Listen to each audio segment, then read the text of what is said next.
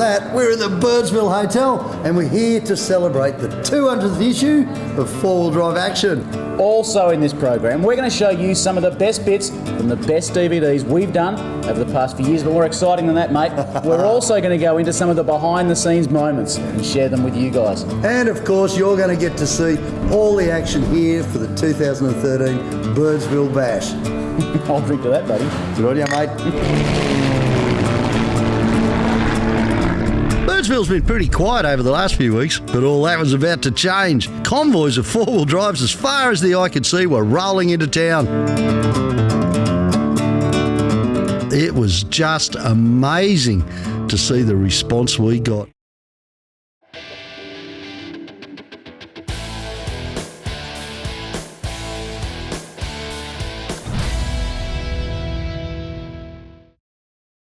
If you're into tough four-wheel driving and epic campsites, then this is the video for you. And I've also got cracking news too. Get 10% off store-wide at 4-Wheel Drive Supacentre. That's 10% off winches, spotlights, and heaps more gear. Just keep an eye out for the exclusive discount code in this video. And of course, enjoy the adventure. It was just so nice to have everyone from four-wheel drive action together in the one place at the one time. Most of us just wanted to be at this bash, and we'd do anything to get there too. Pretty soon, Graham's pulled in, and then there's Feral Dave, and oh, by crikey, everyone's saying g'day all over the place. Breno was there, Steve Collins. It was just awesome running into everyone in the campground. Jamie made it up, of course, from the Sunshine Coast, and there we were, right amongst it.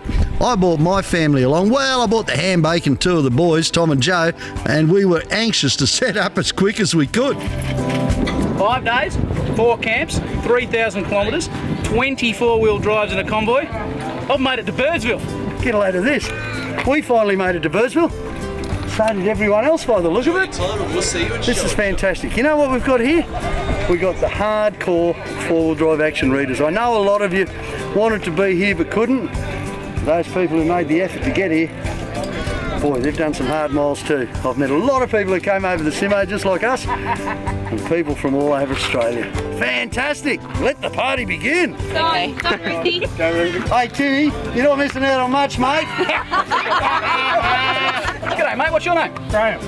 Graham who, bud? Graham Cahill. No, what's your name? Yeah, Graham Cahill, yeah. Meanwhile, Graham's met another Graham Cahill. What do you know?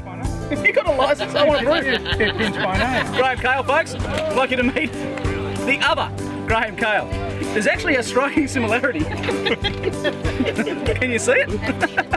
Oh, I've got another of those. Can I get a photo? Far out, thanks man. Righto, let's go and have some fun. Now, there were events all over Birdsville, but most of it happened right on the footy field. Pretty soon, we had people coming in from all over the place for an inside look at how four-wheel drive action works. Thank you for coming to our party.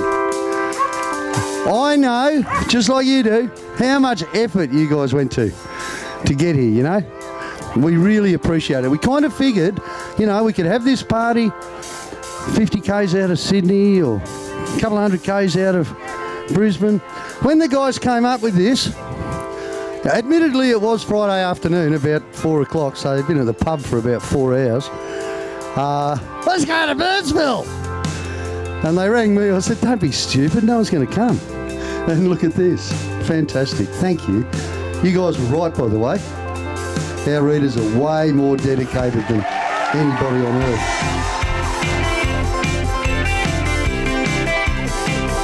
You know, four-wheel drive action started out pretty small, very humble, and look what it's grown into.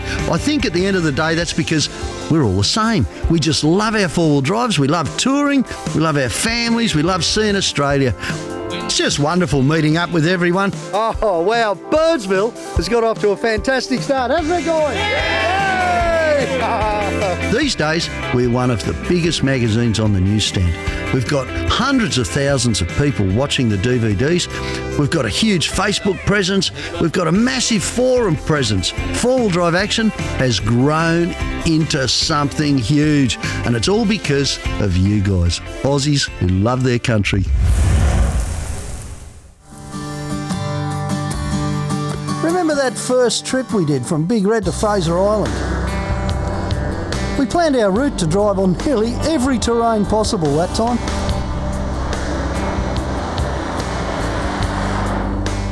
Wow, look at Milo, eh? She was in her early stages back then. The 13BT motor was in, and Bob Buke had worked over the stock suspension, but that's about it. She's lost a lot of weight since then. Well, we travelled the Channel Country and we crossed the Cooper. And that's definitely one of the best rivers to camp on anywhere. It's a beautiful place. Not always fun to cross though, because that muddy water can hide the odd surprise. Still, it's the best camping on earth. And there's nothing like an early morning dip to wake a bloke up anyway. Mind you, all these trips with new trucks certainly prove one thing. An old truck will go anywhere a new truck will, and then some. To be honest, it's probably more fun too.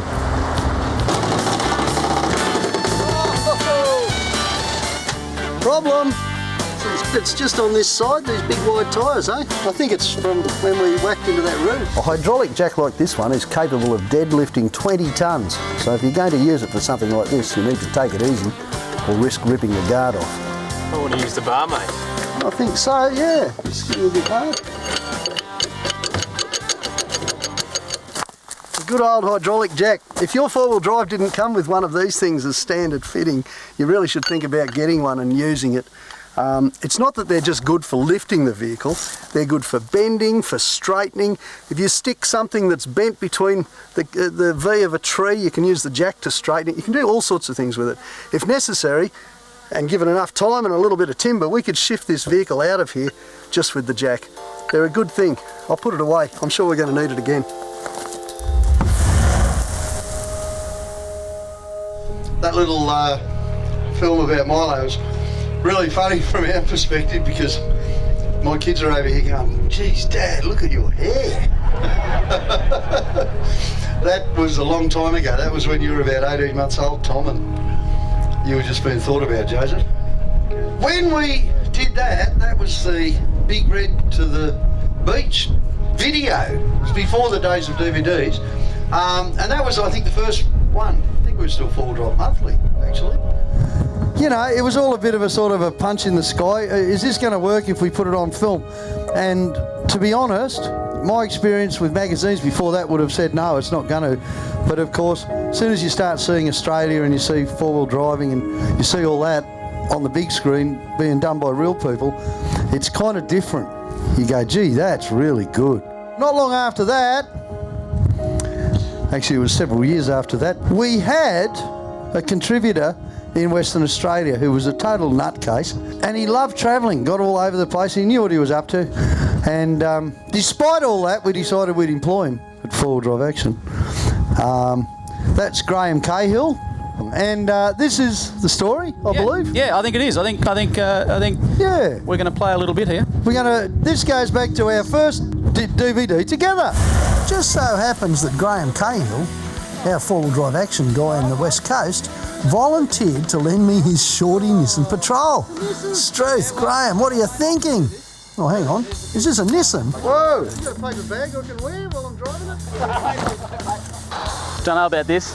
Give him my keys to Ruthie. I've seen how he drives. However, he does damage it. I get to keep Milo. Oh, but hang on. Do I really want Milo? Hey, don't tell him, all right? But I'm really looking forward to this. These shorty Nissan Patrols, they're something else. They really are. And this one of Graham's, wow, you know, it's really well set up. So, just between us, I'm really looking forward to taking this thing off-road. Whoa! Hey, it does some awesome things. Gee, I wonder where Graham is. I hope you didn't see that.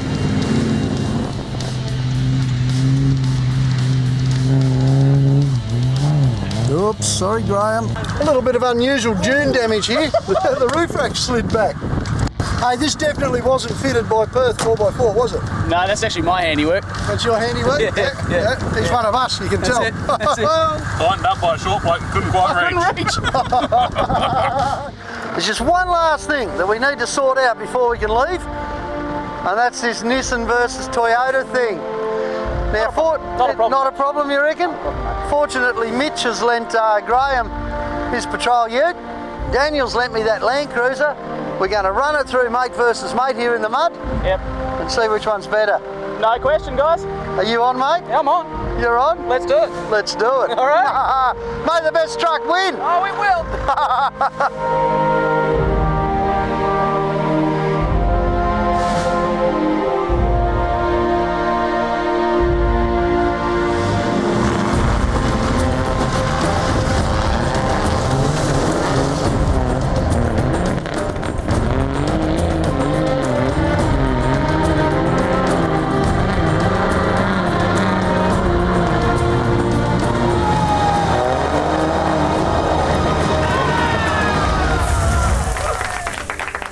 Proves it once and for all.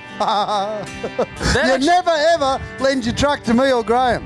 I don't know if anyone watched the start of that race real closely. I'm just going to bring something up. I reckon there was a little bit of a cheating going on right at the beginning there. I reckon you jumped that start ever so slightly, mate. It's not my fault your feet didn't reach the pedals, buddy. Hey, that film clip brings back some bloody good memories for me, pardon my English, and I get asked a lot.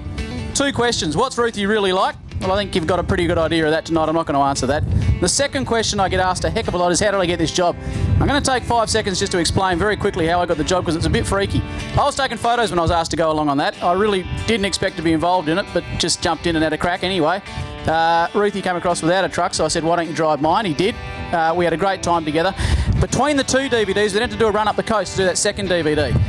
Ruthie unfortunately had to drive in Milo all the way up there with me. We had a bit of a chat. We got out there. We filmed the second DVD. The evening of the last DVD, we were sitting having a beer around the homestead there, and Ruthie said to me, would you be keen to do more of this? Now, what I thought he meant was, if they come back to WA, would I be a bit of an offsider and come in again and maybe drive a truck? So I just offhand said, yeah. Ruthie said, great, mate, I'd really like you to do a bit more. About 2 months later, I was employed in doing four-wheel drive action DVDs, so I owe it all to this bloke here. I've had an amazing few years as a result of those couple of beers. So what I've learned is, if you ever need anything, give Ruthie a whole heap of beers, because you never know what might happen. But that's how I got into four-wheel drive action doing DVDs, thanks to this bloke here. Good on you, mate.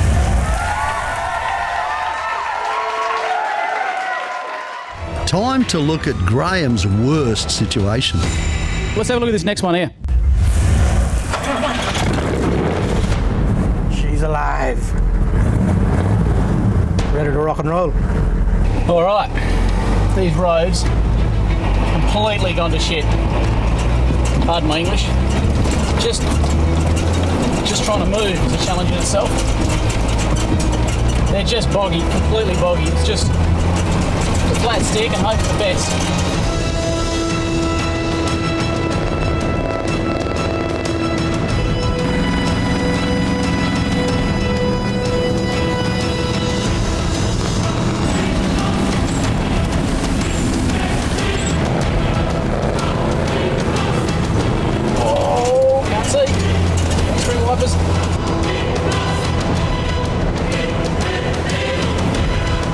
Come on, old girl.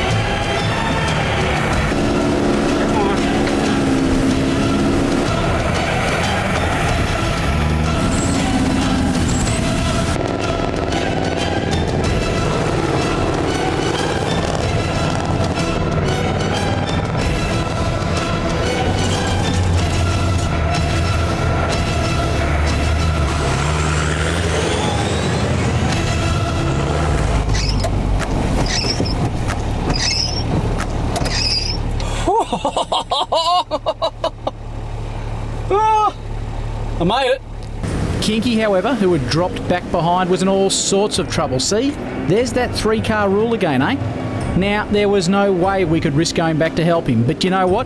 By moving the car back and forward, plus some rapid steering, he was able to manoeuvre the car out of the bog and continue underway. That's some fantastic driving, champ. That's it. Give it to her, Kinky.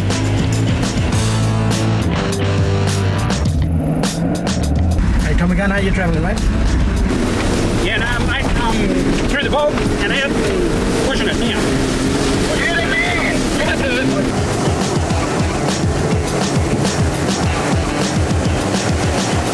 Come on, Pinky. Come on, buddy. Come on, old girl, baby. Come on, Pinky. Pinky, you bastard. Come on, baby. Loving it.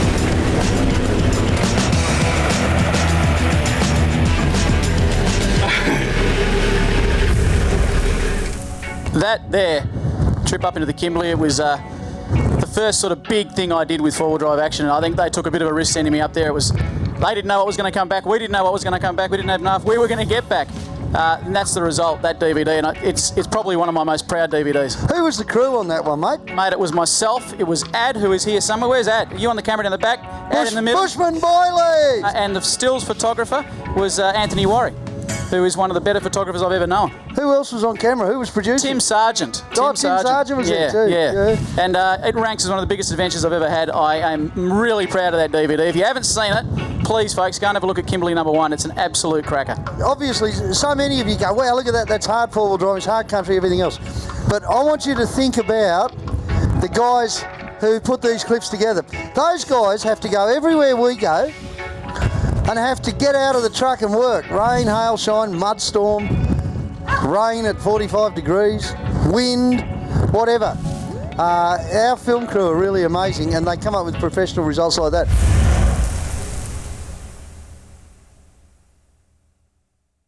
Mate, I think the next one has got something to do with your good self. Let's have a look at it. Oh no. So next morning, there we are at the bottom of Britannica, which Wazza describes as reasonably technical. What he should have said was reasonably technical with a whole lot of mud on top of it. Mind you, Big Al took the conventional approach and blasted straight up through the intro. The problem was, down the bottom of this track, there was a couple of huge ruts. Sometime in the days before, something with really big tyres had dug it up. So I decided to try a technical approach with Milo, and look what happened.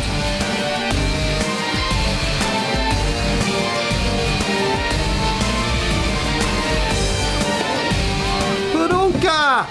Over she goes, with all the grace of Fat Kevy falling off a bar stool. I'm sitting inside, I'm not worried, the guys are outside. Jack the dog though, well, not happy at all.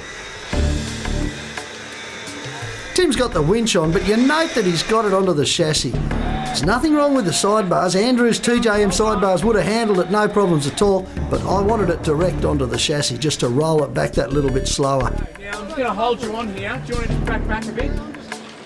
Winch out. Thanks to all that 2JM side protection, there wasn't any damage anyway. Winch out a bit more. Not even the roof system's exhaust got bent. Second time round, take the easy route, Ruthie. No problem, straight up there. How was that, eh? Was that pretty good? That was good. That was one for the team. That's called falling over. That was called... That's called, why didn't anyone else take the left-hand track? You know what, that's the first time ever Milo's fallen on the side. Yeah. It's come very close before, lots of times. First time ever. Victorian high country. And it's wet. Tyres are down. And it's that dog, you know, he's got such a big fat ass, when he shifted from one side to the other, the truck fell over. The house playground. Play my house.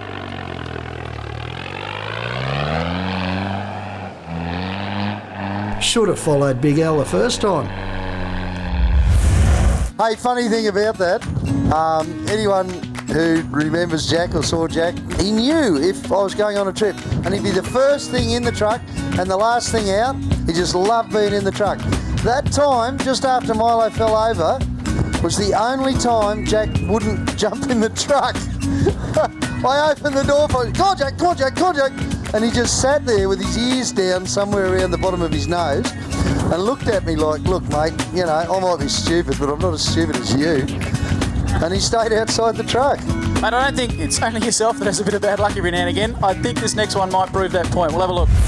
Just when we thought we'd come to the end of our journey, Ash comes over the radio with the worst possible news you can hear in the bush. He's had an accident, and it's a bad one. I just clipped that tree back there and it spun me around and barely dislodged the rear of my vehicle.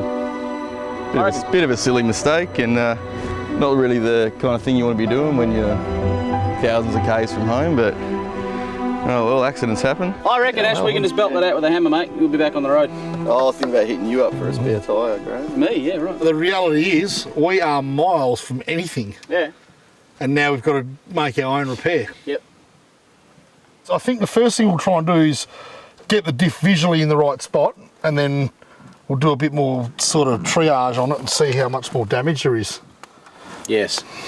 It may be worse than we first think. Yeah, exactly. We might need to just get your car in the scrub over there, and I mean, normally we'd try and pull this forward with a ratchet strap, but we might need to try and just pull the diff into position with your winch. Yep. Which has been a bloody handy little tool the last few days. Can do. Let's get cracking. Yeah. Let's film the cracking. The average person would leave this car in the bush, but not Russ. He thinks he can fix it. This is truly going to be an amazing bit of bush mechanics. Big Russ is keen to swing into action, and he's confident we can get this car patched up and out to the highway in no time. We're using the winch on the camera car to pull the diff back into position. From there, Russ can weld it up. I tell you what, if he makes this work, it'll be amazing. That rear brake line's Folks, we're just making sure we've got coverage out here. We always carry 2 sat phones, one in each of the cars, and I've usually got one in my car.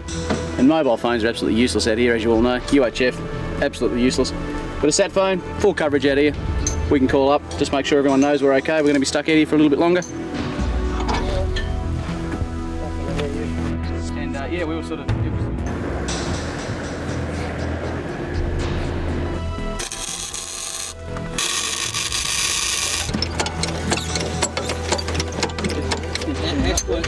Well, we've repaired it. Judging by the angle on the back wheel, it's not going to travel happily by itself for too long, so as long as we can get it to somewhere where we can pick it up later on, we'll be laughing, somewhere secure.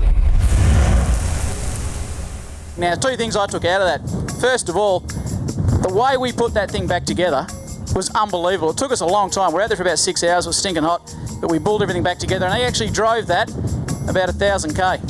He's crabbing sideways up the road. Took him days, he flew back in and brought his girlfriend, picked it up. Second thing, that car still lives today. It's now a short wheelbase, it's got an LS3 in it, and it races in the Australian Off-Road Racing Championships. And the motor, which was actually really strong, TD42, is in another mate's car and is being used as a daily driver.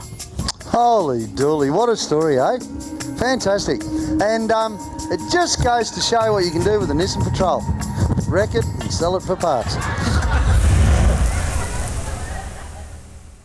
Wasn't that fantastic, eh? It was, mate. Raising all that money for the Starlight Foundation. Mate, I'll tell you one thing. I reckon I've had a ratio of 2 to 1 of kids to adults coming up to Shorty to check out my truck. That's the future of this place, mate. It is, mate. And to do so much good for them, to see all those 4-wheel drives reaching into their pockets, wasn't it fantastic? Some of them had very long arms and very short pockets, mate. Folks, check out the charity auction. You'll be blown away. The Starlight charity auction was next up. This is where us 4-wheel drivers got to show what sort of people we are. 2020. And the 4-wheel drive action crew got to show off their auctioneering skills. This is how auctions go, right? Yeah, it was absolutely amazing. Waco had a fridge. HEMA donated a great big navigator and a map pack. All the big companies that were represented had something there.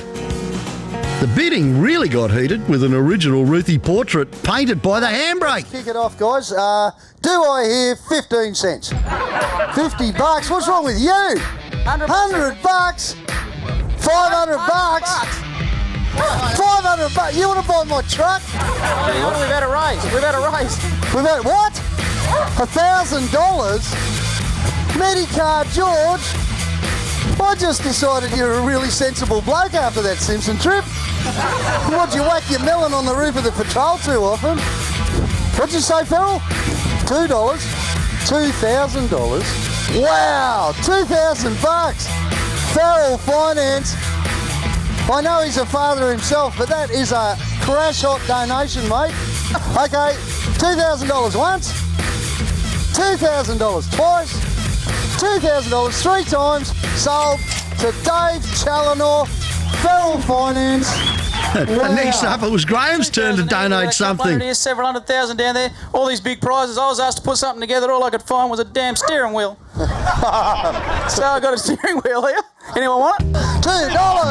$2! $50! Oh, crikey! $50! Going crazy. Where? 100 up the back, 100 up the back. 150, you crazy man! It's getting better. That's more than Graham paid for the Nissan, mate. Anyone else want it for more than 150? It's yours, buddy. 150 bucks. Well done, mate. Who wants to come for a ride with me? I haven't got any insurance. There's no seatbelt in the front, and I drive really badly. Got a bloke up the back. 50 For those really brave four-wheel drivers, next up was a ride up Big Red in Shorty and Milo. $100, you crazy slot. 600. I think we might take that. I'm going to go once. Twice. Oh, you fool. 600 bucks. Good on you. Thank you for your Cheers, donation to the Starlight Foundation. Thank you very, very much. $600 for a ride in Shorty? Mate, you could have bought the truck for less than that. And now we're going to auction a ride in Milo. This is incredible. For a ride in the most uncomfortable truck in Australia. $800 for the Starlight Foundation. At $1,000, we're going to go once. Twice. $1,000 twice over here. Mate, go and get yourself a helmet. Do whatever you've got to do. Knee pads, elbow pads, shin pads. I couldn't believe it when Pete bid $1,000. Wow. We've got a HEMA HN6 Navigator. I've got one of these in Shorty. I've got one of these in my GU. And I've got one of these in my SSU. I can't get enough of them. And we also have a great desert track maps pack. So that's got basically all your desert mapping covered. $6.99 on a HN6 and then another $7 with the great desert track maps. So 500. 750 down the front here. We've got 750 going once, 750 going twice, 750 sold. Oh, well done, mate. Thank you. Thank you very much, Lee. Come on up. And finally, we put a professional in to do some real auctioneering. On behalf of the Birdsville Social Club, we're doing the barbecue out there. All proceeds that go tonight go to the local community. We're going to put this shirt up. We'll take him in 20. 200 have I got him. 200 I got him down the back. Right now, 220, he's out here. 220, I'm in a 220. We'll liven it up. 220, it's out here. Now, with the money going to the Birdsville Health Centre and the Flying Doctor, you know who the biggest bidder was? Oh, no! Look over there, there's the handbrake. 580 and he don't wave, don't stop it. Put your hand down, woman, put your hand down. Thank you, love, you've been with me all night. 660, thank you. From 700, thank you, love. 780, it's a great. 840, she said 860, I won't be stopped. Keep my husband away. 860. Oh, stop this. Stop it. Oh, she loves a good cause. She loves spending my money too. Sit down, woman. Good grief. Joe, tell your mother to sit down. Oh, no. This is killing me. Oh, I need a new locker and she spent all the money on one shirt. 1120, we'll sell it out once. Twice. Bang. Thank you. Put your hands together. Great support. Look, I don't know if you worked that out, but that just cost you a lot of that's money. just the most expensive shirt I've ever bought in my life. Well, including the handbrace little spend, I reckon we probably raised about 12 grand for charity during that auction. Mate, do you know what the final tally was at the end of the auction? Mate, I'm not 100% sure, but I reckon it was about 12 grand. 12 grand. That means, I'm no mathematician, but 12 grand means you'd have to sell Milo 4 times to come up with that amount of money, mate. You're right, you're not much of a mathematician. I was thinking more 26. Oh, look, it was fantastic. It was just so good to see people helping out like that. But talking about helping people out, we certainly helped a couple of blokes out after they won the rides in Milo and Shorty up Big Red. Big Red's the biggest sand dune in the Simpson, and of course it's the first one too.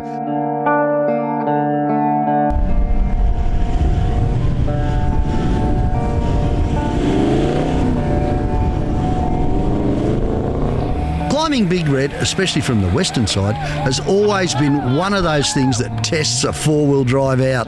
We picked about the steepest part of the hill for our little comparison too. This is going to be an absolute flogging.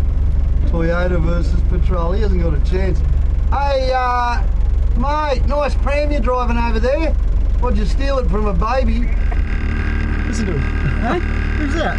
We've had one crack. We've been up it once, mate. Have you made it up it yet? Mate, we did it backwards, forwards, slightly sideways, done it all. Do you want to go first? Or do you want me and Pete just to knock the top off it? Mate, you go first. Chivalry's not dead. You have a crack first. If you can't make it, we'll swing out to the right, go past you and pick you up at the top, mate. This truck makes your thing look like a bobcat. True that, we'll bobcat our way to the top. Just don't dig any holes for us when you get stuck. Can you back off the throttle? I don't want to psych you out here, you know, but Pete, well, he's the Grand Master of sand dune hill climbing in South Australia. Well known, that's his role. And I've won several championships too, and Milo's accomplished.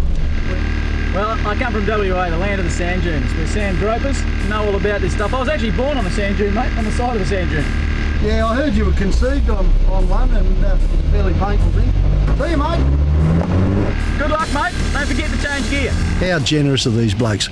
Brum put $600 into the Starlight Foundation and Peter put $1,000.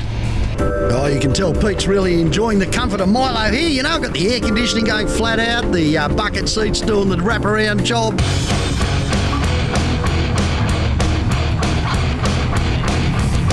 Poor old Pete, he'd probably be more comfortable being rolled down this hill in a rubbish bin than going up it in Milo. But we did it, no worries. Look at that, dead easy. Yeah, that was well done, mate. That was well done. It really was. Hey, Graham, you know, you probably have more chance if you take a bit of a run up. Dave's here, so you could fill up with fuel at Mount Dare and hit it from there, mate. I was actually thinking of getting a run up from Perth. You ready, buddy? That's good, mate. Once we get halfway, I want you to hit the secret weapon. Start paddling. Hold on, son. Take the handbrake off. Yeah, take the handbrake off. Brum looks right at home there, although he is hanging on for grim death, but I would be too if Graham was at the wheel. Hang on, didn't he sell that wheel? He's softer than before. It's a patrol thing. Graham, you're a disappointment. So frustrating. Well, you just stopping to enjoy the view there, or what? There's a cute chick up here. I thought there might have been. Well, that's humiliating. Poor old Brum, paid all that money, didn't even get to the top. Hey, Pete, it's not that I'm really scoring here or anything, mate, but what's the score again? 1 zip. 1 zippo. Score is 1 zippo. You got that? Sorry, you're breaking up really badly, mate. Terrible radio interference. Just get out of the road so I can shoot up to the top and watch you from the top this time. You ready? This is Toyota power.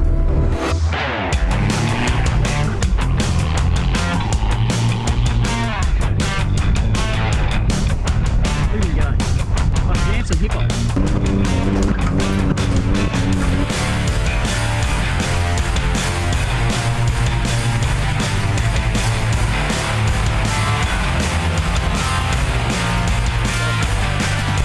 Secret there. So what do we call that? 2 zip? Yeah, gee whiz, you make that look easy, mate. I got to give it to you, you really do. Wow, the truck makes it look easy. I think you're just sitting there, aren't you? I'm just sitting here, mate. It's the Toyota thing. Righto, that last one was just a practice. We know what to do this time. Yeah, get a Toyota.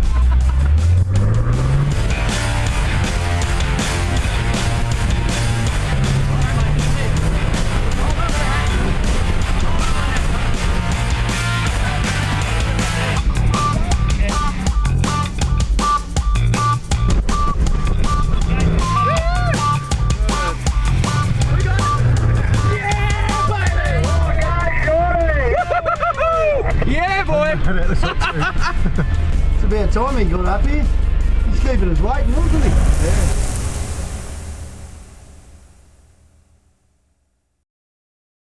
Get more for less at 4-Wheel Drive Supacentre with incredible deals on Adventure King's camping and outdoor gear.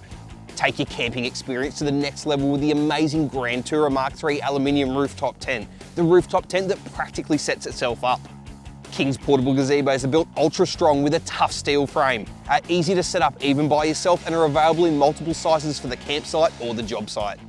The incredible new 270-degree freestanding awning can be set up in just 40 seconds and wraps around the side and the back of your car for incredible amounts of shelter. Hit the water on a King's inflatable stand-up paddleboard for an insane amount of fun at the beach, the river or the dam. But warning, it's highly addictive. Plus there's fridges, solar panels and more to make every adventure incredible. At 4-Wheel Drive Supacentre, you get more for less.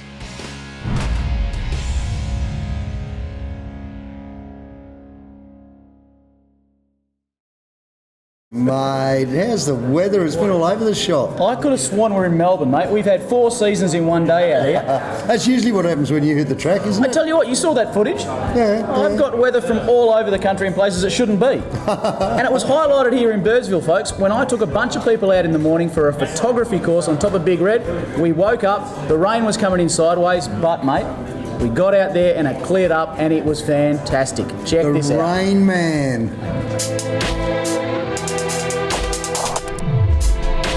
It's just gone 7:15 in the morning. It's really cold this morning. Last night the winds were howling. We all woke up to rain this morning. I'm not even going to go there, me and rain. I just don't get it. But I want you to have a look at the turnout here this morning. I was kind of expecting a couple of people, a couple of dedicated photographers. Folks, give yourselves a big hand. Really, I didn't expect this many people. It was a little bit chilly out on Big Red first thing in the morning. No, thanks very much, folks. I was saying to Gav this morning, I literally expected one bloke and a dog, and the bloke was probably still drunk from the night before and got lost. But this is overwhelming. When I saw the rain this morning, I nearly stayed in bed. When you live in a country as wonderful as Australia, you've just got to get some good photos. Why wouldn't you? But the first thing on the top of Graham's list is composition. Well, the rule of thirds is basically dividing your viewfinder up into equal thirds. Now, like I say, this is probably as important as number 1. By looking through the viewfinder, seeing that rule of thirds, then placing your subjects pretty much anywhere, except in the centre, into one of the other thirds, adds so much more impact to your photo. Now, a really good way for us to have a look at that right now is to look at this landscape. For me here, I'd want to emphasise, probably not the sky this morning because it ain't that fantastic, but I'd really want to emphasise the water down here. So I would put the sky in the top third and the water in the bottom 2/3. Does that all make sense? So you're not splitting that horizon directly across the middle. Well, the rule of thirds by Mr. 2/3. And the saying was, if your pictures aren't good enough, you're not close enough. Adjust the way you see your subject. Lay down on your stomach, climb up a ladder. Daylight flash is an amazing little helping hand. All your cameras do it, even your little point and shoots will do it.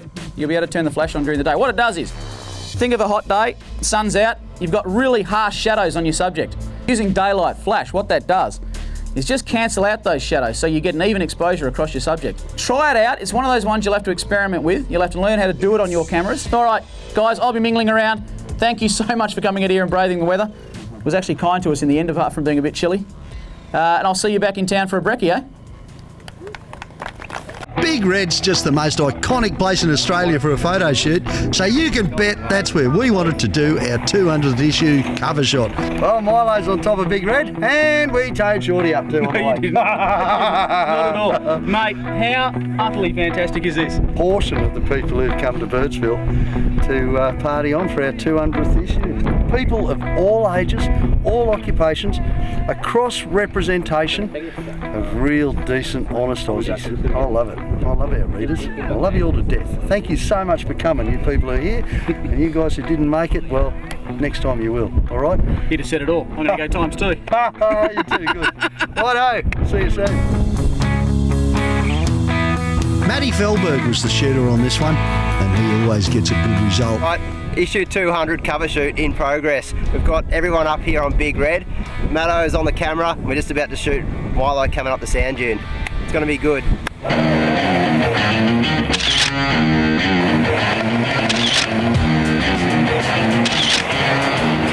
think Matt just enjoys seeing me muck around there for a while. I like coming in slow and then just nail it more in the soft part, so I'm just getting wheel spin, so you're kind of struggling.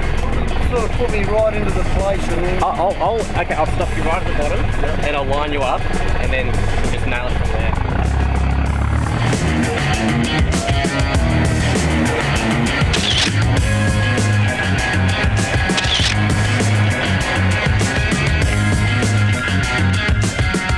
With all the photos done, it was time to head back. But not before we had a little bit more fun on Big Red. Biggest convoy of four-wheel drives ever to go across Big Red. Courtesy of our readers and four-wheel drive action.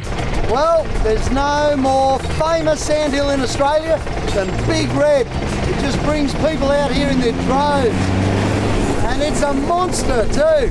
And I'll tell you what, not many of our people having problems with it either. This is awesome. It was all about tyre pressures, really. I was running 8 psi on the really soft stuff because there's not much weight in Milo. But I guess at the end of the day, you can just buy a 6-wheel drive. Go the Kawari! There you go, issue 200's cover shot. It's a cracker, unreal. While taking a trip down memory lane, there's just one thing I couldn't leave out. My best mate.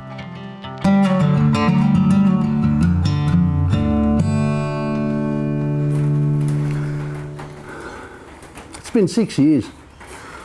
6 years ago, the family and I went out bush to pick up the remnants of an old Jeep on a property out west of St George. And we had a real adventure, as you always do when you go bush with your family. But we picked up something we weren't expecting along with that old Jeep, and that was another dog, Jacko.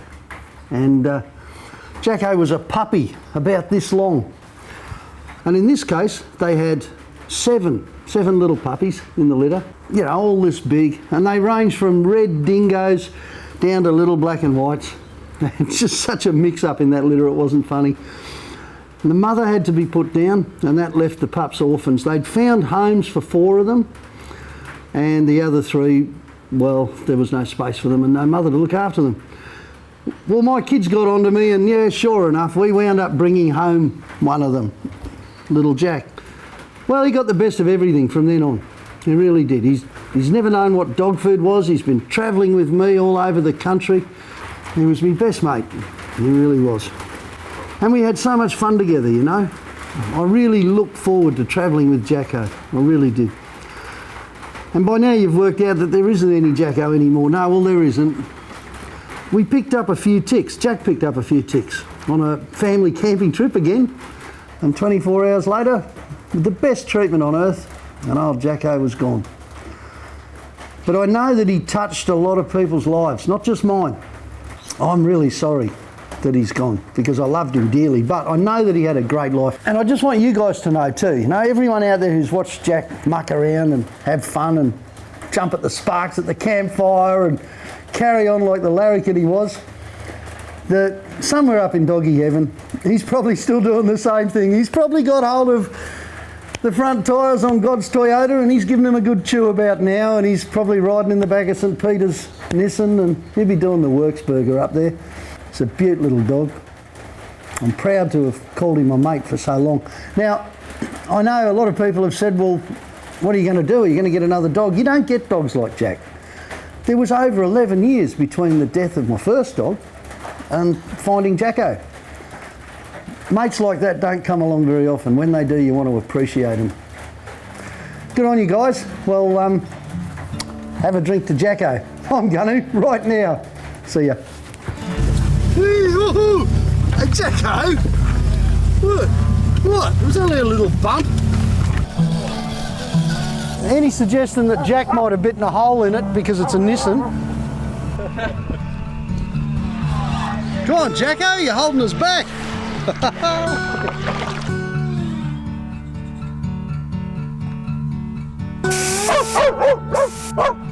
Thanks, Jack. That was really helpful. What is it about this dog? You take him somewhere really thrilling, he falls asleep. Struth! When we're not laughing at each other, we've got the dog to laugh at. How's that, Jack? When you start. What do you reckon, Jack? Just put your paws up here, just drive it.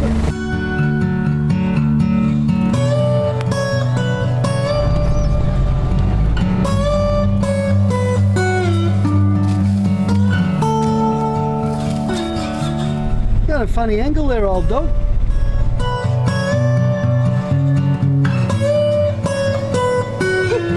Tell you what, if he's playing with a stick and I got bitten on the arse by a crocodile, that'd be it. Little vote of confidence here for the little dog.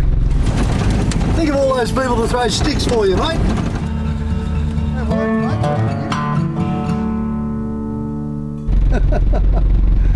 He's a good dog.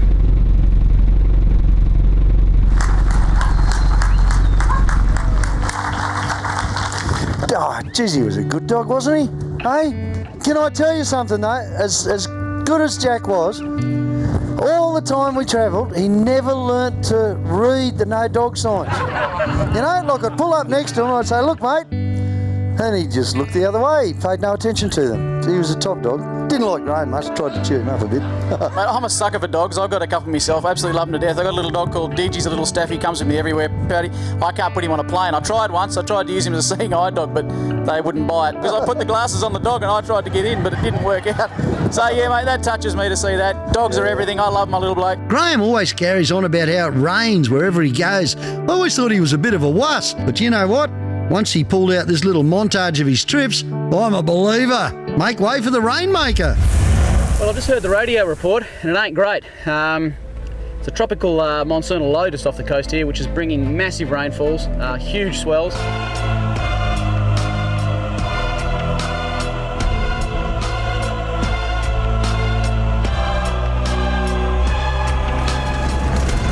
Phenomenal amount of water on the tracks.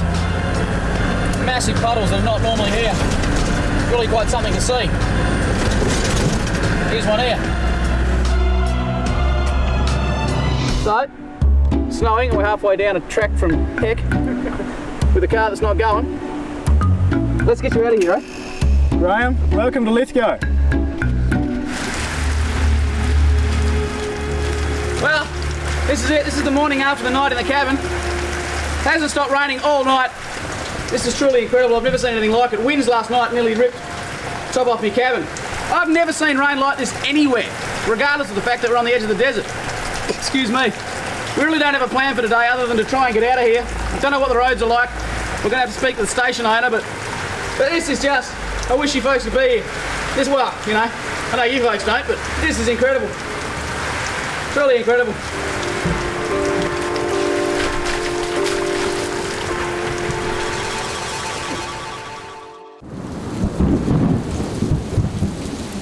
Oh dear, the heavens have opened up and it's bucketing down. I simply can't believe this.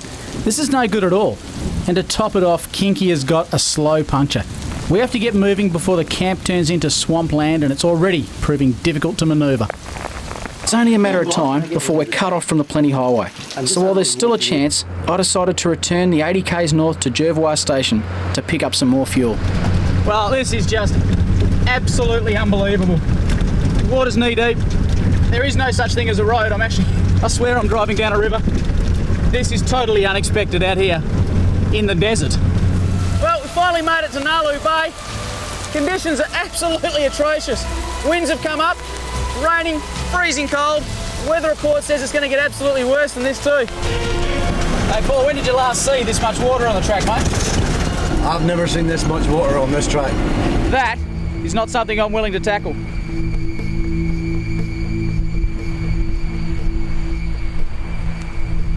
I drove over that a few days ago. Whole sections of road missing. There's just no way we can risk driving across this road. I understand that. You'll freeze to death. Oh, well, he brings rain everywhere he goes, you know. We used to make a joke about it. First couple of times it happened, we thought, oh, this is a bit of a good line, bit of a hook, we'll just go with it. You know, Graham always brings the weather. And then it just freaking kept happening, and kept happening, and kept freaking happening, and it still freaking keeps happening. I don't know what I've done. I just don't get it. It's God, mate. He's trying to make you grow. I like what you did then. I like what you did then. But what it has done for me, seeing all these amazing events in amazing places. I did the Desert 2009 when it was covered in water, up in Carnarvon when it was covered in water. I've been in the high country in the middle of summer and it snowed on me. But what I've had to do, I've seen some of the most amazing bits of country in conditions you never get to see it in. So I see it pretty much as an absolute positive, mate. Hey, can I share one very funny story because it involves a very, very good friend of mine who was on a trip with me. He's standing right here. Gav. We'd got to a massive puddle on the way out of Carnarvon. We were hightailing back to a station. If you've seen the DVD, we got choppered out of there because it was Christmas. They came and got us in a chopper and took us out. We left the cars there for about 4 weeks, then we went back and got them when it all dried out. But we were on the home stretch. We got to this great big puddle. It went for as far as the eye could see. We sent the photographer in, Anthony Worry, and he had a fancy pair of board shorts on, a lot like mine right here. Gav said, no, that's fine, that'll be fine, I'll drive through. So Gav took off in the camera car. Me and Adam were sitting in Shorty, we were watching him. Looked good, looked fantastic. He kept going and going and going, and then it started to go slower. Then he went sideways, started drifting down the river, picked it back up again, sideways the other way. He was just about to jump out the driver's window when he managed to get out the other side. He opened all the doors, the camera gear flowed out, he flowed out, he jumped up and down in the air and waved his arms and we went around it. It was fantastic. That's him right there. Great bloke. Gavin Roller Rawlings.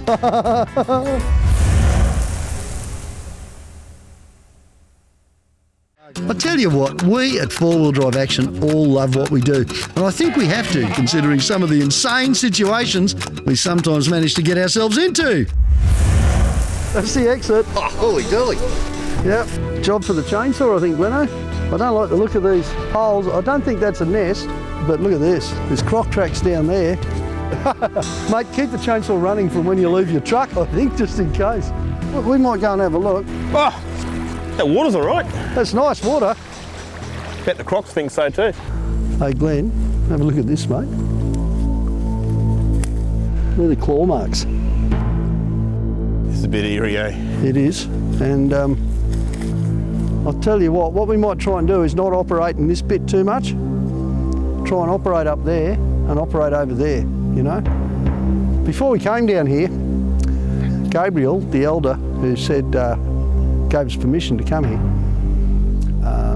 the boys asked him if there was any crocs down here. His word for it was infested.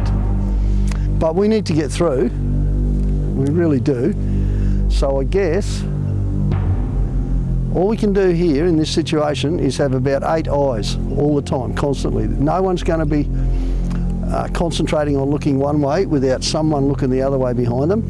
We'll have the chainsaw handy and the axe, not that things like that are recommended as defensive toys. Letting Jack have free run of the place, I mean he does anyway, but if anything does scare Jack, he'll let out a bark. He's good at that. He's off there at the moment, he's sniffing stuff out. I don't know what he's sniffing out, to be honest. We've got some real problems here and we're going to be here for quite a while, because even after we've pulled this stuff out, we're going to have to get the trucks through here. This is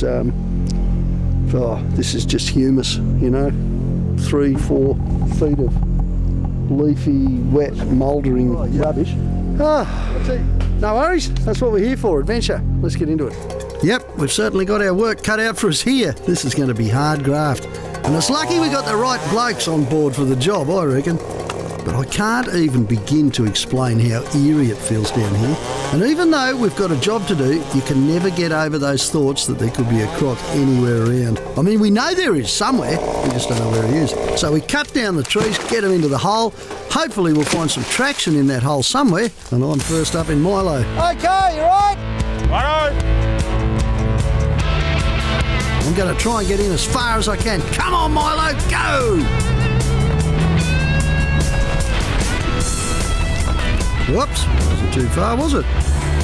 This is just horrible under there. And like everything, whenever the wheel spins, it shifts the log. I'm just digging a bigger hole. But I've reached what's left of an old log bridge sort of affair that's a bit stuffed. I think we'll just punch into the side of the track a bit and set up camp. Situation like this, there's not much else we can do really.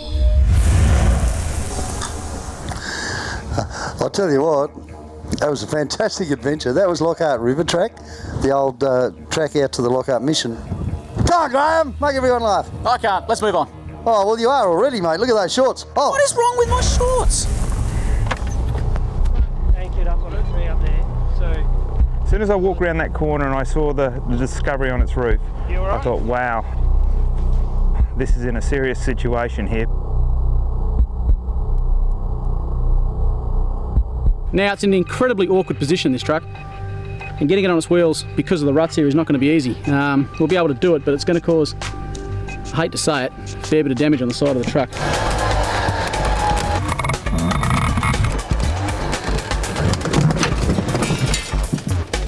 Nasty.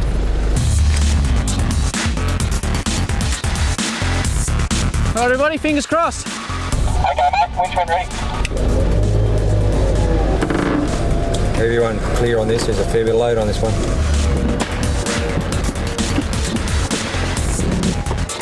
And that'll do, mate, that'll do. So now what my plan is to run right out into the bush to that big tree, run it back onto the chassis, and one last pull should see this come down on its wheels. Action stations. Let's just gently here. Here it comes. Here it comes. Here's the moment of truth. Come on. What's that purple one doing? I think that purple one could be the problem. No, it's coming over. You guys go back a bit. It's coming. Come on, come on, come on. Here we go, baby. Come on. Come on.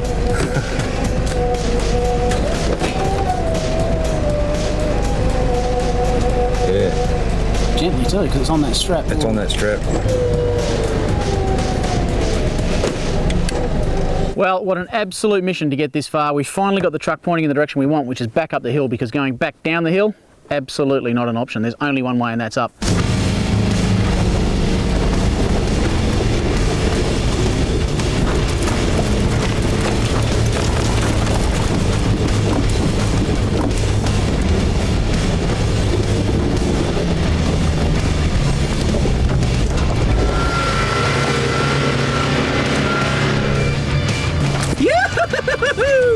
Yeah, baby.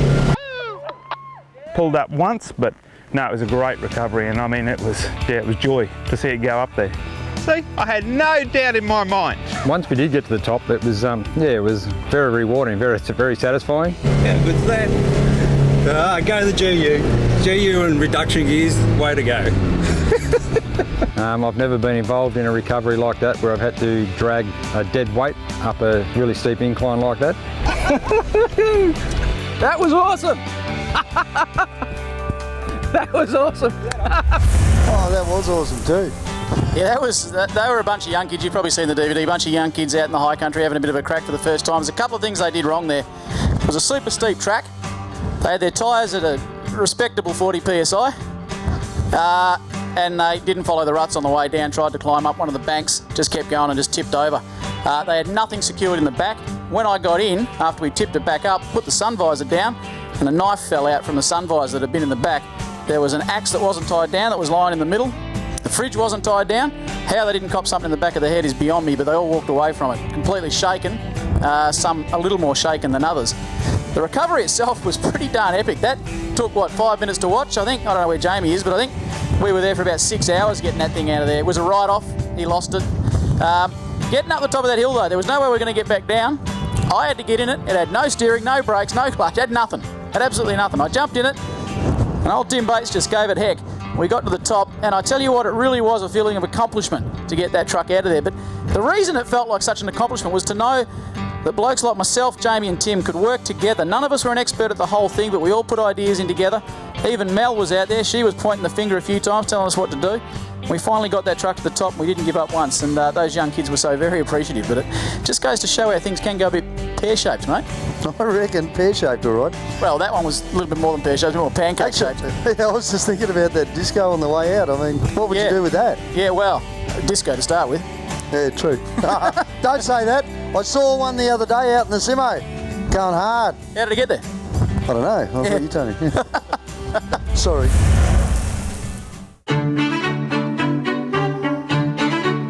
Well, of course, we had to have a cricket match, didn't we? It was Has-Beens 8 versus Ruthie's 8. Most of the players bought their seats as part of the auction. As it is. Battle bowl. You already lost. Battle bowl, Glenno. Oh, we'll bowl first. Well, I lost the toss. How good's that? I thought we were playing Aussie rules. I was a bit confused by all that, though. Bowling? Well, with no prize money on offer, both sides are playing for pride. We're very proud of what we can do here.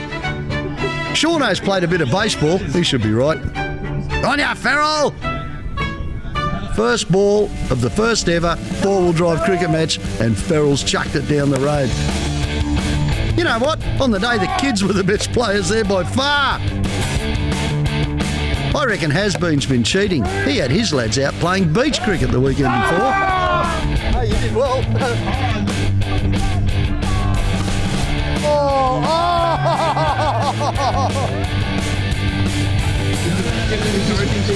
I've got this. I have so got this. Century, coming up. You know, I don't think you could have much more fun than this. Game of cricket on the town oval. Whole bunch of people, middle of a Sunday. How good is this? This just rules. This is what our whole lifestyle's all about, I guess. Getting out into the outback and having a good time.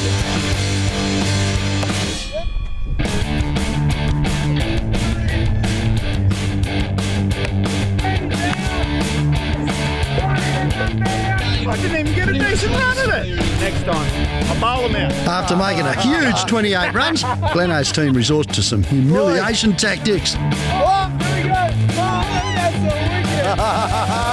It's not a cricket match without a streaker. Oh, come on, mate.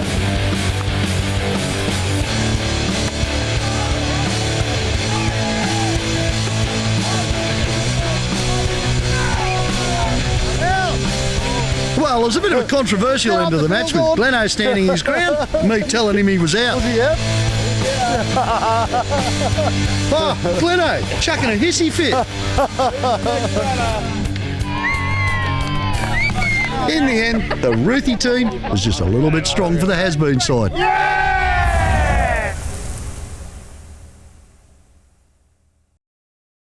Get more for less at 4-Wheel Drive Supacentre with insane deals on King's DIY storage and 12-volt gear to build your dream 4-wheel drive. Whether it's an inverter you need to run 240-volt gear on the job site or the campsite, a battery box or a 12-volt control box to easily access your power, King's 12-volt DIY gear is what you need to take your 12-volt setup to the next level. Need a battery? King's has you covered with a full range of AGM, slimline and lithium batteries in sizes ranging from 98 amp hour to 200 amp hour. All built with ultra high quality components to go the distance. And of course you just can't beat King's solar panels and blankets to silently charge your batteries anytime the sun's out. At 4-Wheel Drive Supacentre, you get more for less.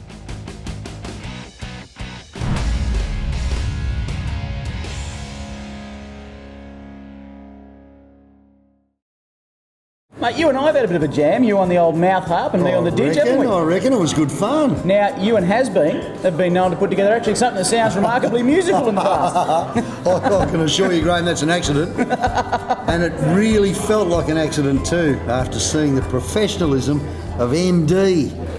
Mark Hoffman, MD, world's best didgeridoo player, and his drummer Lucas Bazell, well, what a combination. My name's Mark, from a band called MD. We're doing a high energy didgeridoo drum performance. We're a high energy dance band.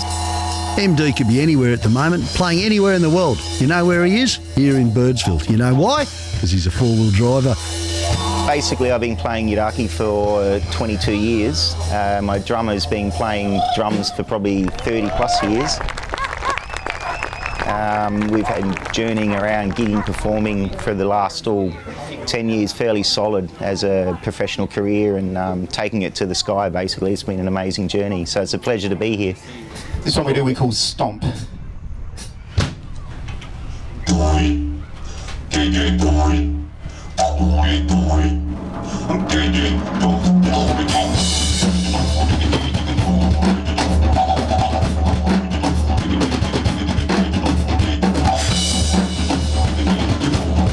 It just seems to take us on quite a good ride all the time. So music's great, and as long as we produce good music, I think we're going to be having a really good time with it.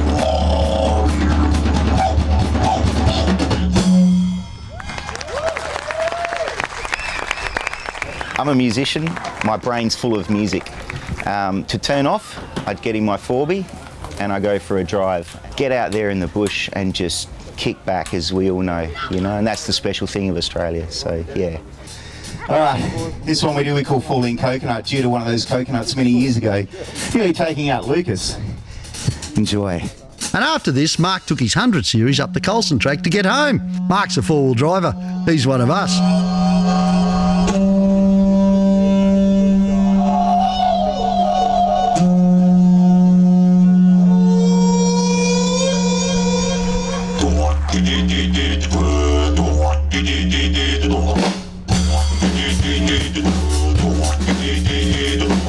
Well, 4-wheel drive action mob, I got stacks and stacks and stacks of magazines.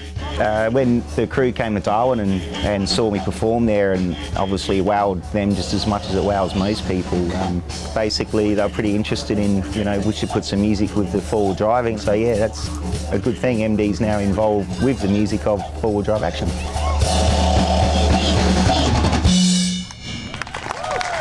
That was only 2 flies. Oh, that's what's left. Mindle Beach Market's Northern Territory. I'm there every Thursday and Sunday. It's a fantastic market. When you travel up north, make sure it's part of your plan to come and check us out there. So come and shake my hand. I'll give you a bit of a discount if you tell me you're from this footage.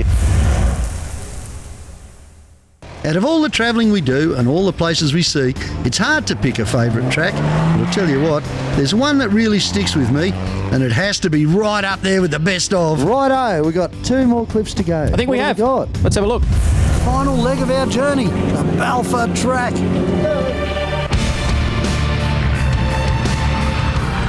Yeah, mate, this is the one the old locals have been telling us about. If you're going to do any track down this way, they said the Balfour. I think Richard was right. There's more water here than the average council swimming pool. And it goes on and on and on, but looks at John. Oh, it does, mate. I've barely got enough time to drain the water off the floor in Milo. I'm feeling it under my knees. Oh, boy, we knew it was going to be wet up here, but I had no idea it would be this bad. The saving grace is that although the puddles are long and deep, the bottom is fairly rocky. Once you get to it anyway, it's just a case of trying to keep some momentum. Every second puddle straight over the bonnet and up over the roof here. Biggest drama having water this deep all the way down the track is that it's going to get into everything. There's going to be water in the diff, water in the box, water in the transfer. There's going to be a whole lot of stuff that's just looking to go wrong, especially when it's gritty water like this stuff. But we'll see how we go. First things first, let's just get through it.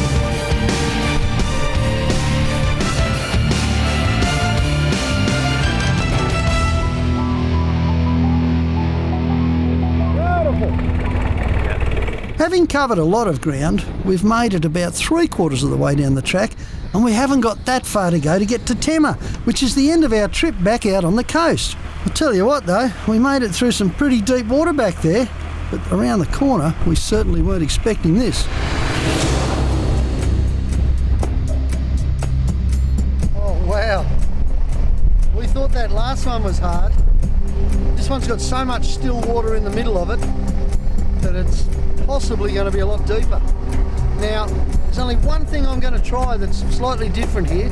I'm going to try it in first gear low range instead of second. I'm going to take a bet that the bottom is as sturdy as the bottom was in the last one, and that the water's just as deep. Because what happened last time was the bow wave, correction, the windscreen wave, just about overwhelmed the truck. I was pushing that much water in front of me that I think I was going to wind up getting buried, to be honest. Now, apart from having a wet bum, wet feet, wet socks and wet boots, you've got to look on the bright side of things. I'm not too worried about the salt from the beach the other day now. I reckon we've washed it all off. Righto, let's go and give this one a go.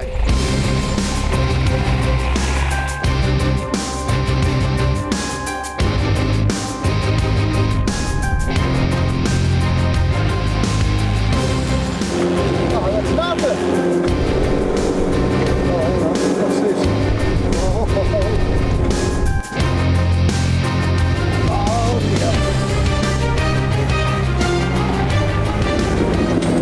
It's up to me bum again too.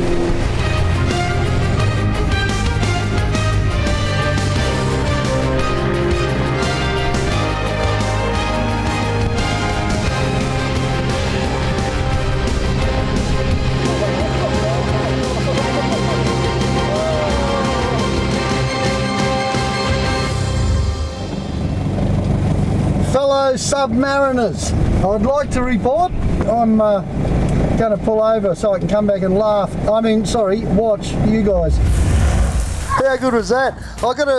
There was something about that trip that you never got to see, I don't think, on the video, and that was that there was a troop carrier in front of me at one stage, one of the camera cars, and it was a well-equipped thing with lockers and all that. Remember that? Yeah.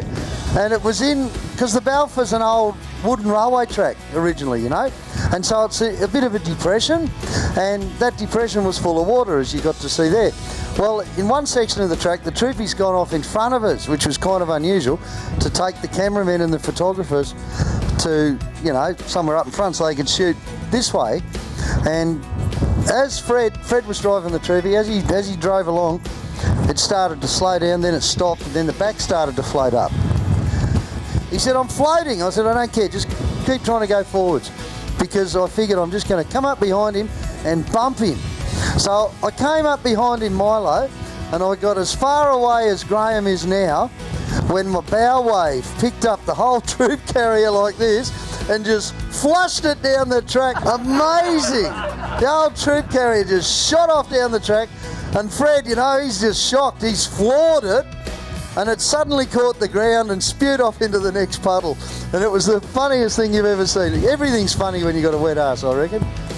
Righto, we got one more, Graham. That's a heck of a way of putting it, my friend. That is a heck of a way of putting it. We have got one more. I reckon you all might know this next little segment. You might know where it is as well. Have a look at this.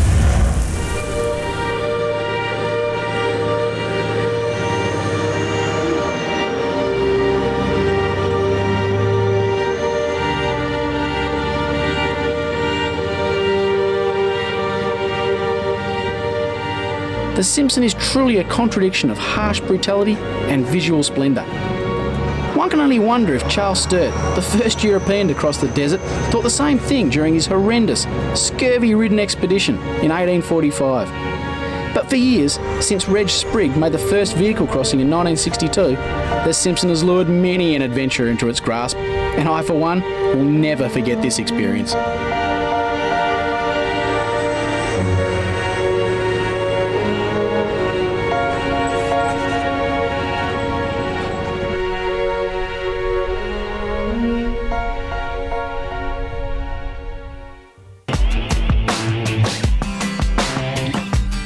We've got some absolutely picture postcard weather at the moment.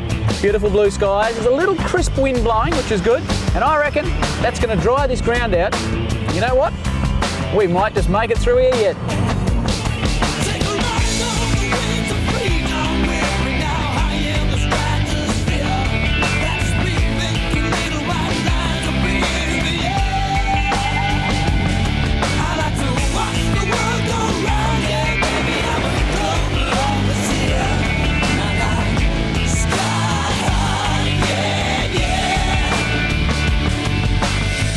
Go to the desert, Ruthie said. At least it won't rain, Ruthie said.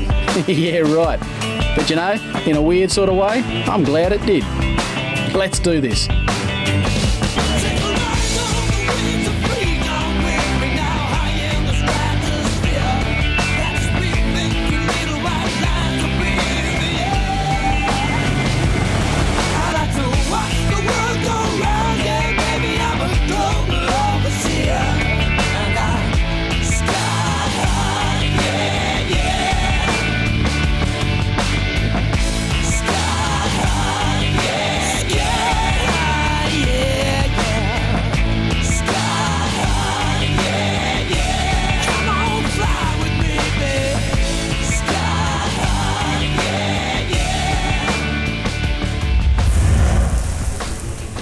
Wow, Graham, you just take water everywhere with you, don't you? Mate, can you smell it? I think there's a little bit more coming. It's, I think it's going to rain on us again. That was the Hay River track, folks. Amazing trip. That was Gav's first ever trip with four-wheel drive action. We had a heck of a time. We got stuck out there for weeks. Took a lot longer than it should have done. We finally made it through, got to Big Red. Shorty was absolutely knackered. I had no alternator. I had to put a generator on the roof, strap it down with a ratchet strap, run a cord down onto the battery just to keep myself going. I had to drive across a nullarbor like that. I had no brakes, no clutch. An emu came running across in front of me. I thought, I can't stop.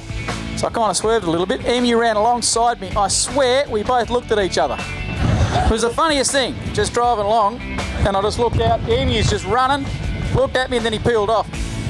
It took me about 6 days to limp back to WA across the nullarbor. One of the best trips I've ever done, and it was right here, just behind you, folks. Go out and find it. That's us for the evening. I was lucky enough the other night to sit with these boys, and I said, all right, I've dobbed you in, you're getting on stage with me, so bear with us here. It's going to be good fun here, ladies. It's going to be rough as, all right? Think of this as the ungraded track.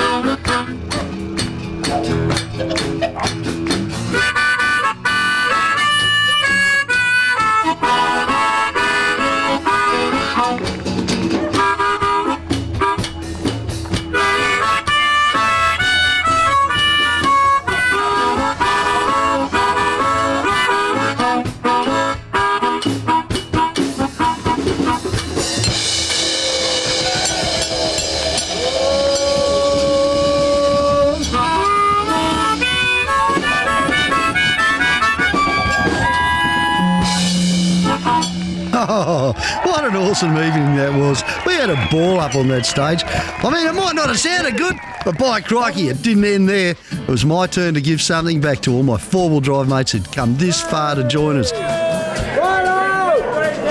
How you going, everybody? It's my shout!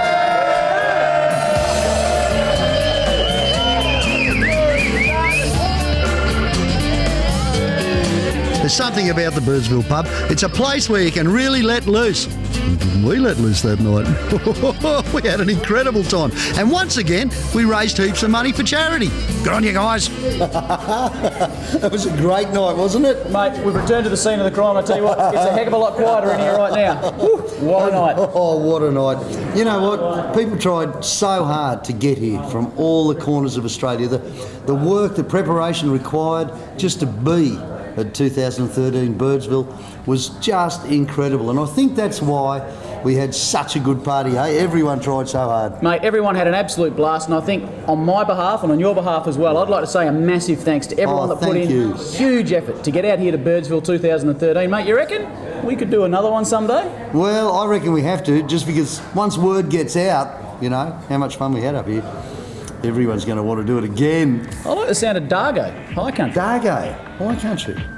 Yeah. What do you reckon? Oh, I don't know, mate. Let's have a drink to that. Think about it. Cheers, buddy. Good on you, Graham.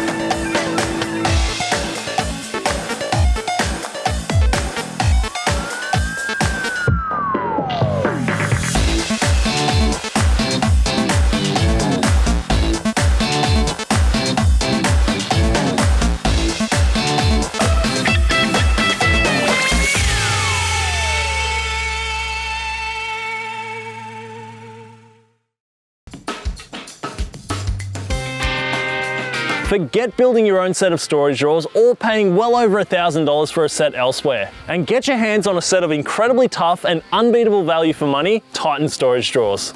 Our entire range of Titan storage drawers have been built to handle just about anything you can throw at them. All models of Titan double drawers come with an included built-in fridge slide on the left-hand side, saving you up to $200 compared to some other brands that charge extra for a fridge slide. Each drawer top also has these heavy-duty spring-loaded tie-down points to secure your gear on even the most corrugated roads. We've put them through their paces like none other. We've jumped on them, overloaded them with bricks, chucked an engine on the drawers at full extension, absolutely flooded them and used them off-road year after year to prove just how tough they are. The Titan 900 single drawer is perfect for those who have limited space to install a storage drawer. It has internal dimensions of 430mm wide, 790mm long, and 190mm deep. The Titan 900 double draw setup is ideal for smaller wagons like Prados, Pajeros, and SUVs, with the internal dimensions identical to the 900 single draw on each side. The Titan 1300 ute drawers are made specifically for vans and utes. The internal dimensions are 1200mm long, 430mm wide, and 150mm high. The 1300mm single drawers are also a cracking addition to the back of vans and utes. The internal dimensions are the same as the double 1300 drawers, but have an extra 40mm of depth, making them 190mm deep.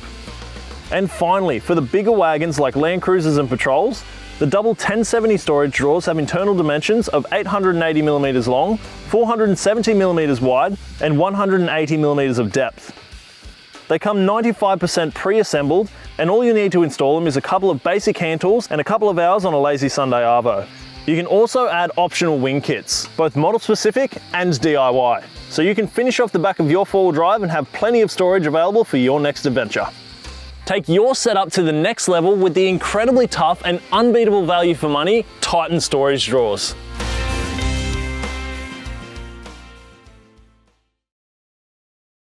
If you're after a next level 12 volt upgrade for your vehicle or your next camping trip, then check this out. The Adventure King's 120 amp hour lithium battery. This uses high capacity, brand new grade A lithium iron phosphate cells capable of thousands of cycles. It's paired with a high quality BMS able to output up to 160 amps of current. The future of 12 volt setups is here. Lithium batteries are super lightweight and still have heaps of power capacity. In fact, this battery weighs just over 15 kilos. That's about half as much as a similar capacity AGM.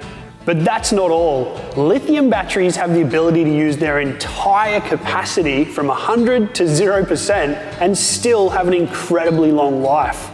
The reason Adventure King's lithium batteries are so good is because they use lithium iron phosphate chemistry. That means if you're using the entire 120 amp hours of capacity in this battery every day, it would still last almost 5.5 years. Some cheap lithium batteries use grade B or even second-hand cells to keep the cost down, but not here. Adventure King's lithium iron phosphate batteries use brand new grade A prismatic cells. When these batteries are assembled, each individual cell is matched with others and then grouped. Then those cells are balanced, which means that these batteries always function at their best and ensure you have full capacity. Another major feature of these Adventure King's 120 amp hour lithium batteries is the high quality internal battery management system. This BMS for short takes care of the individual cells. It balances them while you're charging your battery. It prevents overcharge, over-discharge, over-temperature, and short circuits. A high quality BMS is so important, and it's also incredibly important to match the BMS to the cells and the use of the battery. A good indicator of a high quality BMS is to look for high current discharge and charge ratings. This battery is capable of charging and discharging constantly at up to 100 amps, and it can do a peak discharge of 160 amps of current. A high discharge current and a high peak discharge current are very important if you want to run things like inverters that need a lot of power when they turn on to fill the capacitors. If you're looking at a battery that has a much lower charge and discharge rate, they could be cost cutting by using a cheaper BMS. Lithium iron phosphate is a safe technology, unlike some other lithium chemistries, and Adventure King's lithium batteries are doubly safe. Not only are they sealed and safe to use in your vehicle, they've also passed a short circuit test, overcharge test, over temperature test, and a vibration test, so they're ready to be put to use. Some lithium batteries are extremely sensitive to hot and cold temperatures, and they can be damaged or destroyed by trying to use them. Adventure King's batteries though can be charged anywhere from 0 to 50 degrees Celsius and used or discharged anywhere from -20 right through to +60 degrees Celsius. They use threaded M8 terminals for high power output and easy connection. Measuring in at 330mm long by 162mm wide and 215mm tall, they fit perfectly in an Adventure King's battery box for a lightweight and powerful portable power station. And with 120 amp hours on tap, you could run a camping fridge for 5 or even 6 days. Or you can permanently install them in your vehicle for a next level, super powerful setup that barely weighs anything. And for that reason, they're perfect for your four-wheel drive, motorhome, caravan, or camper trailer, where you need to be concerned about GVM and GCM limits. So if you want a safe, lightweight, super powerful, and super long-lasting lithium battery for your next level setup, you can't beat an Adventure King's 120 amp hour lithium battery.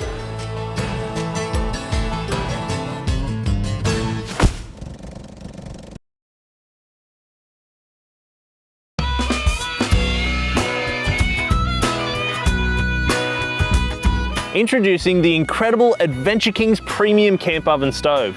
Your new best mate for delicious barbecue or campfire cooking and warm, cozy fires whether you're at home in your backyard or at your favorite campsite.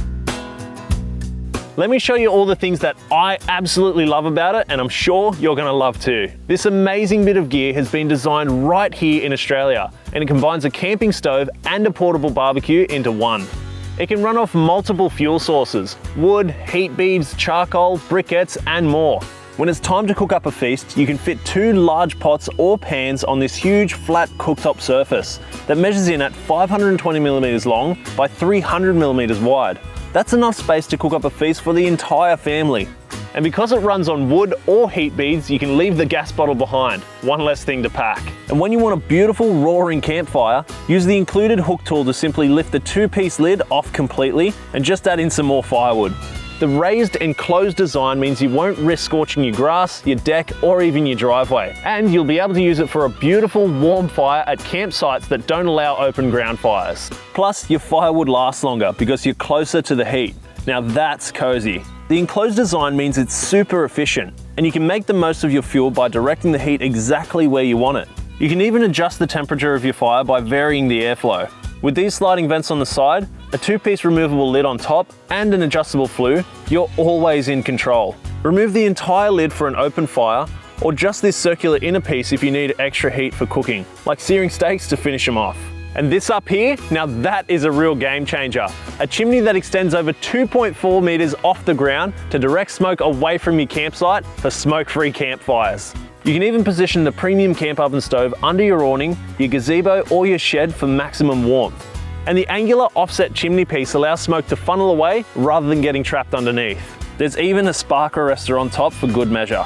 There are so many more things to absolutely love about the King's Premium Camp Oven Stove. It's been designed to be super sturdy with these 4 large legs that extend the footprint a foot wider in both directions for excellent stability. The legs simply screw into the bottom like this, and you can remove the middle piece for a lower fire.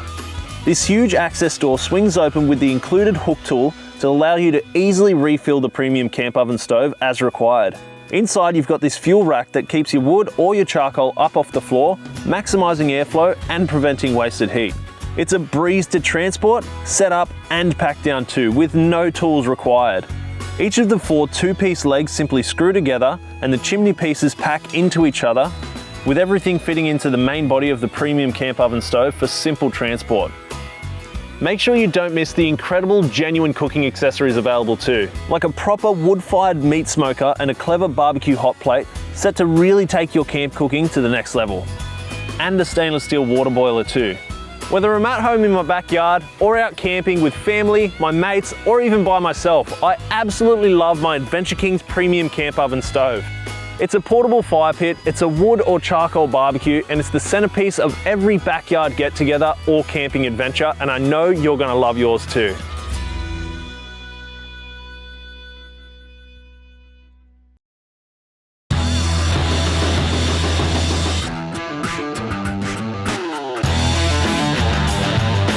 Introducing the insane new Adventure King's 9-inch lethal LED driving lights. These things have an amazing combination of both spot and flood light. They have 21,840 lab-proven effective lumens per pair. That's over 2,000 more than the previous generation. Plus, they have huge light distance performance with 1 lux at over 1.3 kilometers. These are the LED driving lights that other lights wish they were. You asked and we listened. You said you wanted even more flood of light out of your LED driving lights to light up the sides of the road, the highway and the tracks. We went back to the drawing board to redesign the lethal LED driving lights to produce exactly that. At the same time, we upgraded the lights to the ridiculously tough King's Laser Light die-cast aluminium housings and 3mm folded steel mounts. So not only are these some of the brightest LED driving lights we've ever sold, but they're also the toughest. How bright? Try a lab-proven 21,840 lumens per pair and one lux of 1,342 meters. That's real-world lumens too, not the theoretical lumens that some lights claim they produce. That's thanks to the genuine German-designed Osram LEDs for simply unparalleled light performance. We've also re-engineered the lethal lights with a new 5,185 Kelvin colour temperature. That means they're just a little bit more on the softer, warmer side. Still a clear, crisp white light, but that little bit easier on the eyes when driving long distances. And of course, you get all the features and quality you'd expect from Adventure King's driving lights, like polycarbonate lenses, the same stuff riot shields and fighter jet canopies are made of, and an IP68 water and dustproof rating, meaning these lights are waterproof to a depth of 1 meter for an hour. Plus, for the first time ever, they're rated to IP69K. That means they can withstand high-pressure jets of hot water. That tough die-cast alloy housing features passive cooling fins and a waterproof breather for longevity, and they have the ability to run on both 12 and 24 volt, meaning they're suitable for everything from cars and four-wheel drives to trucks and machinery. Including the brackets, they measure 250mm high, 230mm wide, and 115mm deep. They have an attachment system that uses two 8mm bolts on either side to positively lock them in place and prevent them from falling out of alignment. And of course, they use the same plug as all previous Adventure King's lights, which makes them an easy 10-minute upgrade. Just unplug your old lights, bolt the new ones on, plug them in, and you're ready to go. Add in a 2-year warranty and you've got a simply incredible set of lights that leave the competition looking a little underwhelming. The Adventure King's 9-inch lethal LED driving lights are the best value LED driving lights on the market. We've re-engineered them to be incredibly tough and incredibly bright. They'll turn night into day, and they're on sale right now for a price you have to see to believe.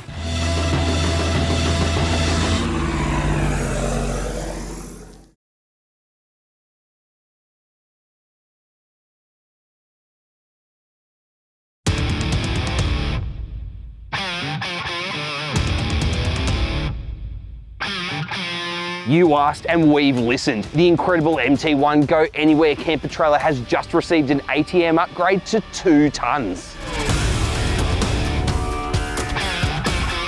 All new Adventure King's MT1 camper trailers will now come with the new upgraded 2-ton ATM. But don't worry if you already own an MT1, because a retrofit upgrade kit is available too. The MT1 is already an ultra tough trailer with a one-piece 150 by 50mm chassis that extends right from the drawbar all the way to the back of the trailer. Now it's even tougher with upgraded suspension, bearings, brakes and wheels to bring it up to a 2-ton ATM. The brakes are upgraded from 10-inch to 12-inch electric brakes. The alloy rims are now rated to 2-ton ATM.